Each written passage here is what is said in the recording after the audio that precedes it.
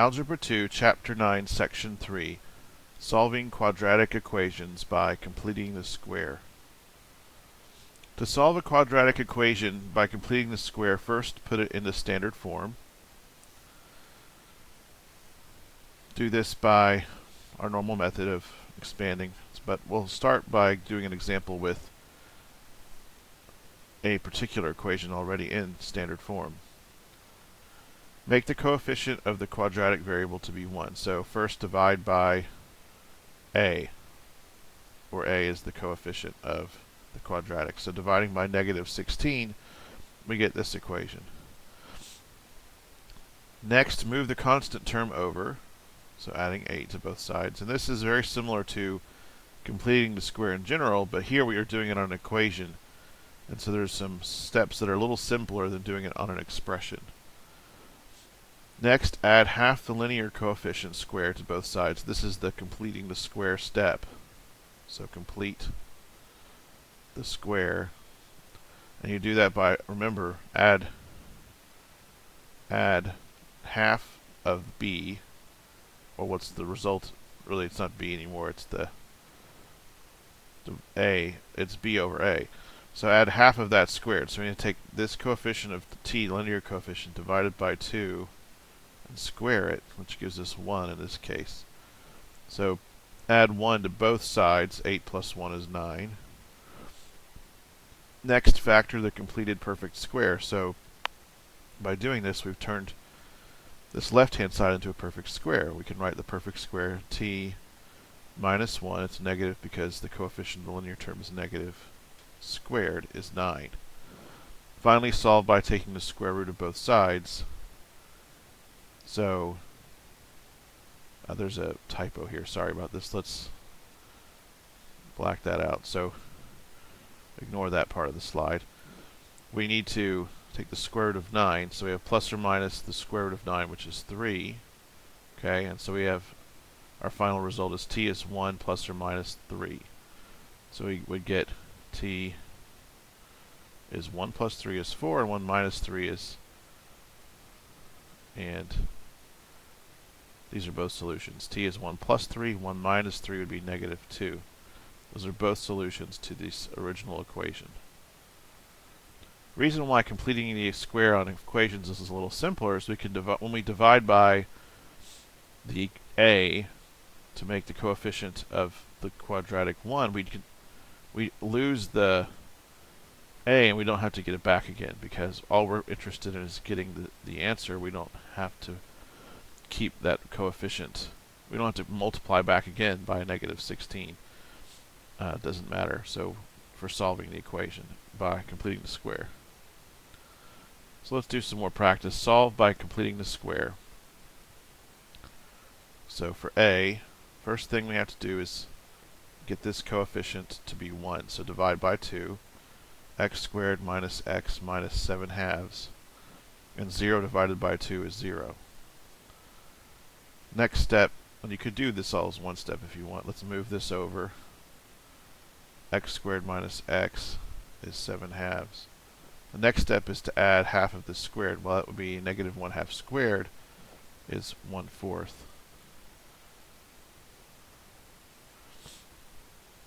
Now we can write our perfect squared. X minus 1/2 squared. Remember, it's negative because this is negative. This will be half of that, whatever the coefficient is, the linear term. Half of that will be what's inside the square. Now we need to add these fractions. Turning this into quarters, we'd have 14/4 plus 1 is 15/4. And now take our square root, and we get x minus 1/2 is plus or minus the square root of 15 over 4, and the square root of 4 is 2. So go ahead and write that instead of having to write 15/4. And now adding 1/2, we get 1/2 plus or minus the square root of 15 over 2, which we could write as 1 plus or minus the square root of 15 over 2. And that would be our solution for part A. For part B, we don't have the equation in standard form, so we're going to need to convert it into standard form in order to solve. So to do that, we have to subtract 10 from both sides.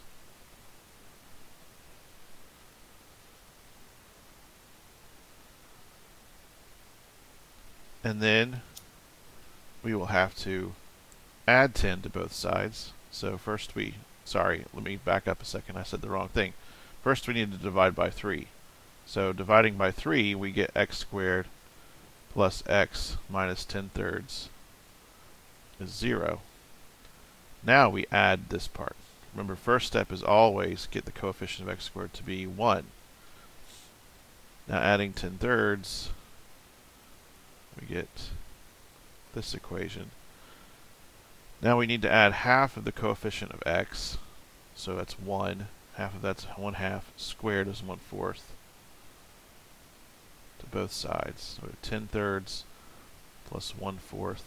10/3 plus 1/4, we're going to need to do some simplification here. So we would have to multiply this fraction by 4/4 to get 40/12.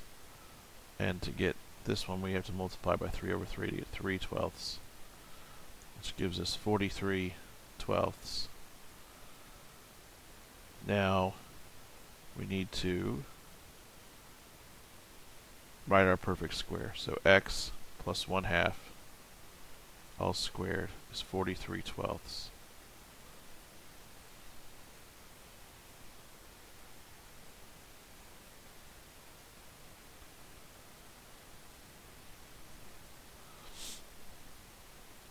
Now we need to take the square root of both sides. So we would get x plus 1/2 equals plus or minus the square root of 43/12.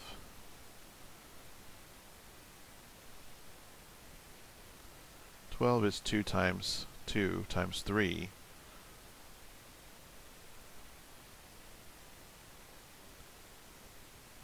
So we could write this a little bit differently by realizing that. So we would have 43/4 times 4 times 3 is 12.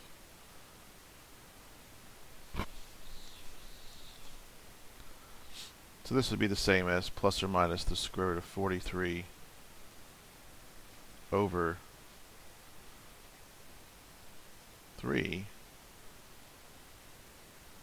times 1/2, or over 2. And I'm not sure I really like writing this fraction this way. Let's actually work on just making the denominator a perfect square. So we had 12 here before. This is also correct, but let's instead of writing it this way, let's write it like this: plus or minus, and if we multiply this fraction in the square root by 3 times 3, we would get 43 times 3 over 12 times 3. 43 times 3 is, use a calculator, 43 times 3 is 129. And now we have a perfect square in the denominator. We won't have this fraction thing. But yeah, we don't have a fraction, and we won't have a radical in the denominator. So this is another way maybe of rationalizing our denominator. We could have done this by multiplying by the square root of 12 as well. This is just another way of doing that. So we would have plus or minus the square root of 129 divided by 6, because the square root of 36 is 6. Okay, now so that was equal to x plus 1/2. So x is going to be minus 1/2 plus or minus the square root of 129 over 6. So that process is a pretty long and complex process of completing the square. We need to learn it. We need to know how to do it. But it would be nice if there's a faster way. So a faster way would be to solve the abstract quadratic equation. So the abstract quadratic equation in standard form: ax squared plus bx plus c equals 0. So first we can do the same steps on this abstract equation. So we can solve this abstract equation and come up with a formula that we can use once by memorization. So 1, make the coefficient to be 1 of the quadratic variable. So that means divide by a. So we would have x squared plus b over a, x, plus c over a is 0 divided by a, which is just 0. Move the constant term over by subtracting. Add half the linear coefficient squared to both sides. So here we would take the linear coefficient, divide by 2, so b over a over 2, and square it, which is going to be the same as b over a times 1/2 squared, which is b over 2a squared. So we have x squared plus b over ax plus b over 2a squared, and add that to both sides. So here's on the left, here's on the right. And simplifying this right-hand side, we can switch the order of these two additions. So we can add these in either order.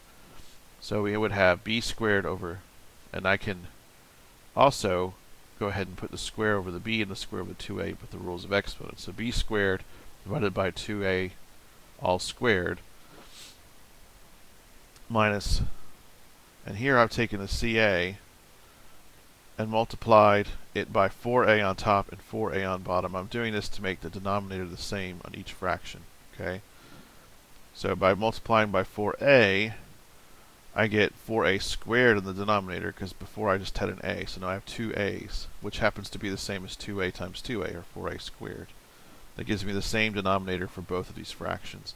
Since they have the same denominator now, remember 4a squared is just equal to 2a all squared, because the squared has to happen to both. That's how 2 squared is 4.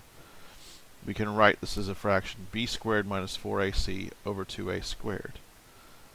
Okay, now we can write our perfect square, which this slide has an error, so this should be a perfect square.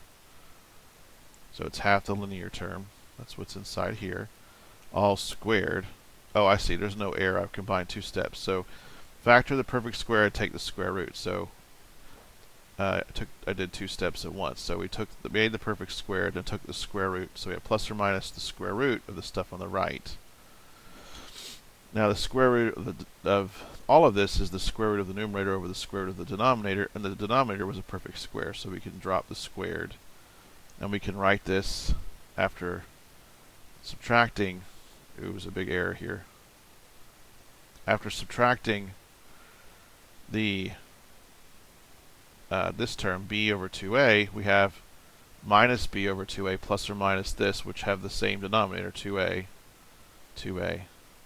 So we can write minus b, which is huge. Make sure it's minus b. Sorry, the slide has an error. Minus b plus or minus the square root of b squared minus 4ac all over 2a. That's the quadratic formula. Okay, and make sure you memorize it correctly.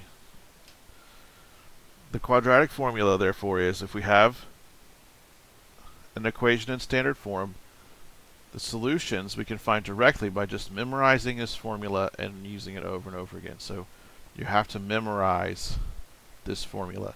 And you're going to memorize it doing your homework by repetition. We'll reuse this over and over and over. Every time you do a problem with the quadratic formula, just write it down, which means you'll have written it by dozens and dozens of times, which will help you memorize it. Minus b plus or minus the square root of b squared minus 4ac all over 2a. That's what the solutions will be. So now let's solve by the quadratic formula. Same problems we had last time. We'll see how much faster this is. So the solution is x equals minus b plus or minus, hold on, minus b plus or minus the square root of b squared minus 4ac all over 2a. Okay, so minus b is negative 2. 2 plus or minus b squared, negative 2 squared is 4, minus 4 times a times c, all over 2a. A is 2 in this case. So we get x is 2 plus or minus the square root of 4. And we have to be really careful with our signs. We've already made a mistake. This is a negative 7. Okay? To be really careful with these signs. So we had A was positive, but C was negative. So we have negative 4 in the formula. 2 from the A, negative 7 from the C. So that's two negatives, makes a positive. So we'll have plus 4 times 2 is 6. 6 times 7 is 56, I hope. Let's just check that. A little bit tired, so let's make sure that that's right. 5 times 6. Goodness, we typed the wrong number. 6 times 7 is 42. See, I knew that was wrong. That's 7 times 8. So when you're not sharpest, be sure you double check your multiplication tables so that you don't make an error. So we have 4 plus 42 divided by 4. Okay?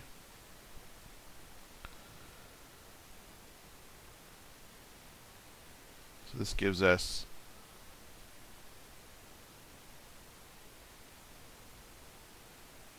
now hold on. 4 times 2 is 8. I knew it was 56. Just keep saying the wrong things. I've added instead of multiplying. 4 times 2 is 8. 8 times 7 is 56. Two negatives makes a positive. Okay, so now we have 2 plus or minus the square root of 60 over 4. The square root of 60 is the square root of 4 times 15. 4 times 15 gives us 2 times the square root of 15 over 4. So that we can factor a 2 out here, which gives us 2 divided by 4, which 2 is 2 times 2. So we can make those 1 and this 2.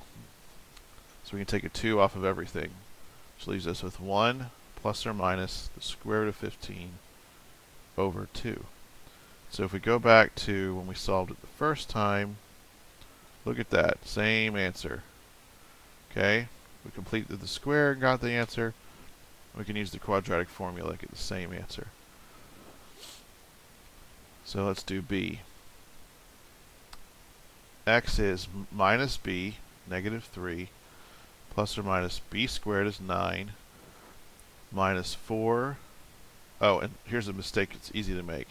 This isn't in standard form. We need to put it in standard form first so we can identify A, B, and C correctly. So then we have 4 times A, which is 3, times C is negative 10, all over 2 times A. A is 3. So we have negative 3 plus or minus the square root of 9. 4 times 3 is 12. 12 times 10 is 120. And negative times negative is positive. Plus 120 over 6. That gives us negative 3 plus or minus the square root of 129 over 6. And we can split this fraction. So we have negative 3/6 plus or minus the square root of 129/6.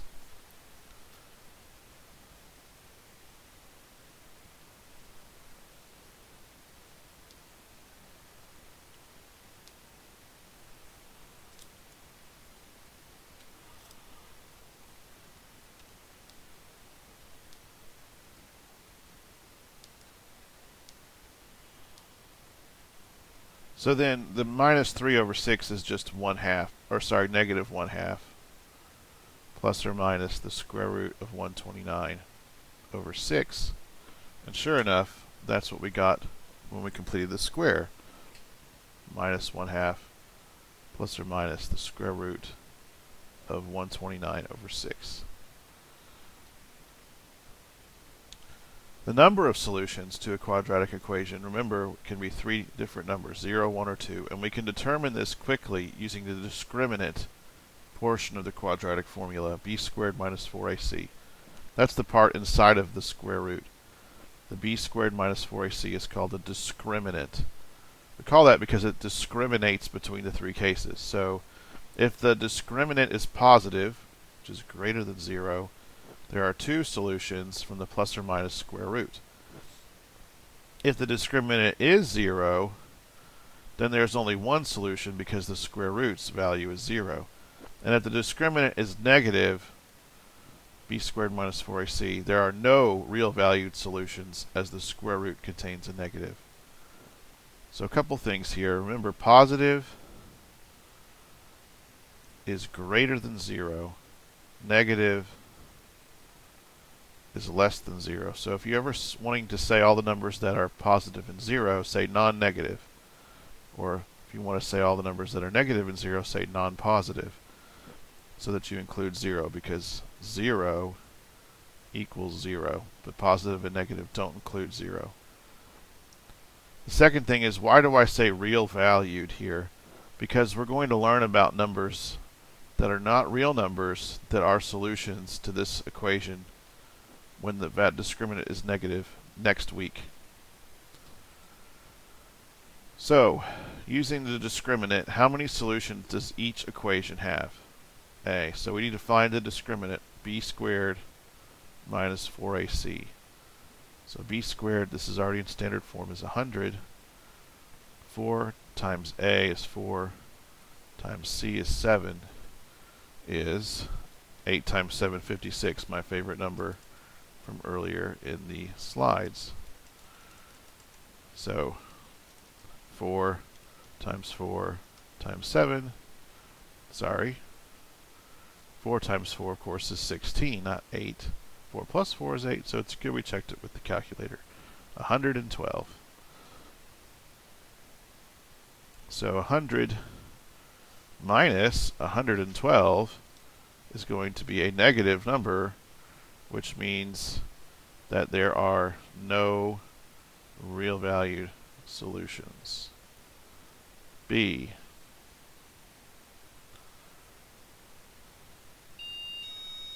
.3w squared plus 1.5w plus 1.8 is 0. So let's find the discriminant. B is 1.5 squared minus 4a is 0.3, c is 1.8. So calculator will be very helpful here. 1.5 squared is 2.25, and 4 times 0.3 times 1.8. 4 times 0.3 times 1.8 is 2.16, which is smaller than 2.25. So this will be positive, so there'll be two solutions. We don't have to find the actual number, we just need to know the sign, or if it's 0. C, how many solutions? Let's check the discriminant. B squared minus 4ac. So b is negative 18. 18 squared is 324 minus 4a is 3, c is 27, gives us 4 times 3 is 12 times 27 is 324. 324 minus 324 is 0, which means we're in the case of one solution.